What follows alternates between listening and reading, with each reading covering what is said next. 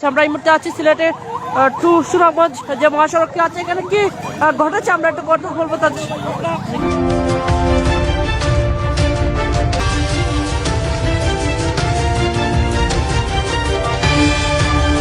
ওরা কে বা কারা আমরা কিছু চিনি না। আপনার মাধ্যমে আমরা এই আইন শৃঙ্খলা বাহিনীকে বলতে চাই যে সুষ্ঠু বিচার না হলে আমরা এই রাস্তা থেকে আমাদের জেলার দেশ আমরা রাস্তা ছাড়বো না। আপনার আইস থেকে ধরে রাখা আপনার 2-2.5 মাস আগে একজন সিনিয়র ড্রাইভার গাড়ি রাখি ওই যে একটা টাওয়ার আছে নাম ওই মানে আমরা কিছু সাদা টাদা দাবি করে আমরা ড্রাইভারের টর্চার করছে, মারছে আরেকবার পরে আমরা স্বাভাবিকভাবে মিলে দেওয়া হয়েছে। সেই মাসকে ওলা কাহিনী কইরা আমরা গাড়ি টাড়ি দেই না করি, গাড়ি নিয়ে ভাড়া টাড়া দেয় না, বুঝছেন। আজকে আমরা এক ড্রাইভারে মারছে, আমরা গেছি আমরা 5 জন তারা মিল্লা মারছে। এখন ভাই আমরা শ্রমিকরা কই যেতাম? আমরা তো দেশের সেবা করলাম, আমরা শ্রমিকরা গাড়ি চালাইলাম, আমরা রাস্তাঘাটে মারামারি করে আমরা এসব চাঁদা দাবি করে। তারা কারা? তারা তো ভাই কারা? তারা তো চাঁদাবাজ। এটা কিশোর গ্যাং ভাই, কিশোর গ্যাং পালে তারা, কিশোর গ্যাং। কিশোর গ্যাং তারা, কিশোর গ্যাং ভাই, বুঝছেন নি?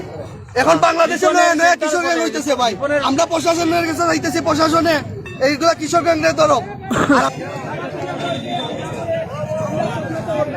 মহানগর এমপি সভাপতি আসরা তাই ওখানে চলে আসছেন, আইসা তাই আপনার সাহায্য আপনারা আমরা খুবই নিতে দিচ্ছেন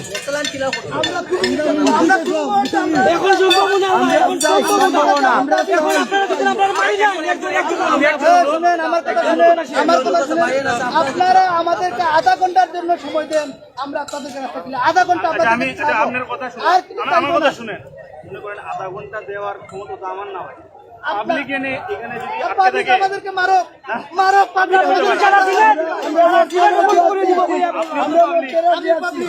সবাই পাবলিক অভিযোগটা বলতেছে এটা তো আমরা শুনবো। এখন আপনি যদি রাস্তার মধ্যে বিচার করতে চান এটা হয়? আমরা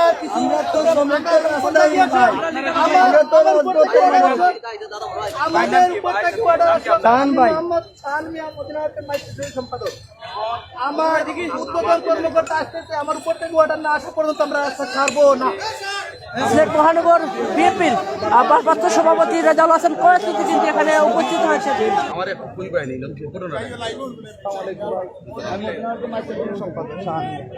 আমরা গাড়ি পার্কিং করি, আমরা স্ট্যান্ডে প্রায় 10-12টা গাড়ি পার্কিং, আর তারা রিপন ভাই করে নামে কিছু গ্যাং আছে, কিশোর গ্যাং হতো এখানে তারা বই।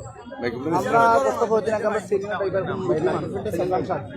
ও সেম তারা মোটরসাইকেল মুখে রাখো হরা নির্ভরতা হওয়ার পরে তাই হরাইছেন, হরাই গাড়ি পার্কিং করে তারা হরাই দিচ্ছে, দেওয়ার পরে পার্কিং করে বাড়াই আন্ডারগ্রাউন্ড থেকে এমন ভাবে মারা আরম্ভ করছে, দৌড়াইয়া দৌড়িয়া দুতলা তুলছে। তারপরে আমরা বাজার কমিটির অবগত